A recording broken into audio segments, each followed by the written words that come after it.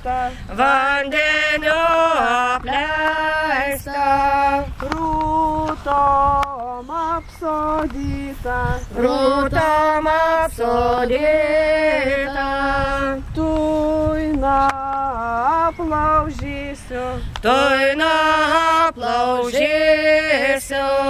vandenį išleisiu, vandenį išleisiu, rūtelas išrausiu, rūtelas išrausiu, rožę sau Įsimo tu visiems paskaityk. Pagal krikščionišką legendą Šventas Jurgis buvo Romos imperatoriaus Diokletiano karys. 303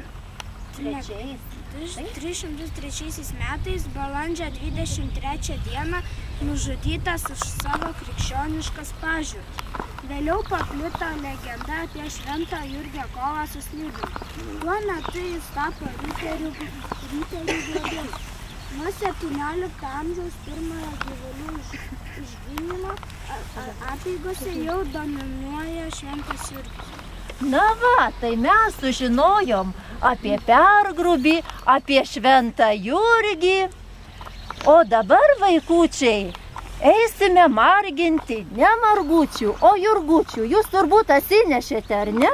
Ir dabar tikriausiai jums kilo klausimas, na koksgi čia dabar per jurgines marginimas? Juk buvo Velykos, buvo Atvelykis, mes visi marginome margučius, o dabar kam vėl jie reikalingi?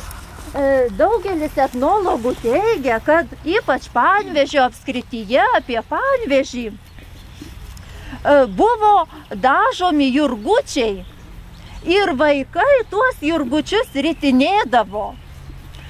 O kad kiaušinis gyvybės šaltinis, tai mes žinome. Taip? Kas išsirita iš kiaušinio? Viščiukai. Taigi jis visas savyje slepia gyvybę.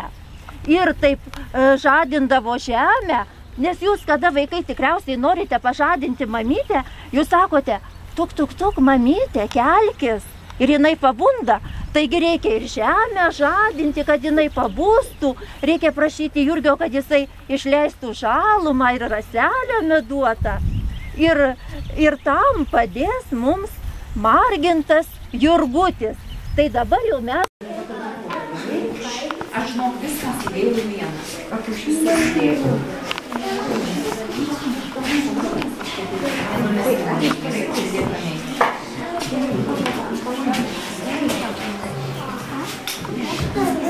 Shh.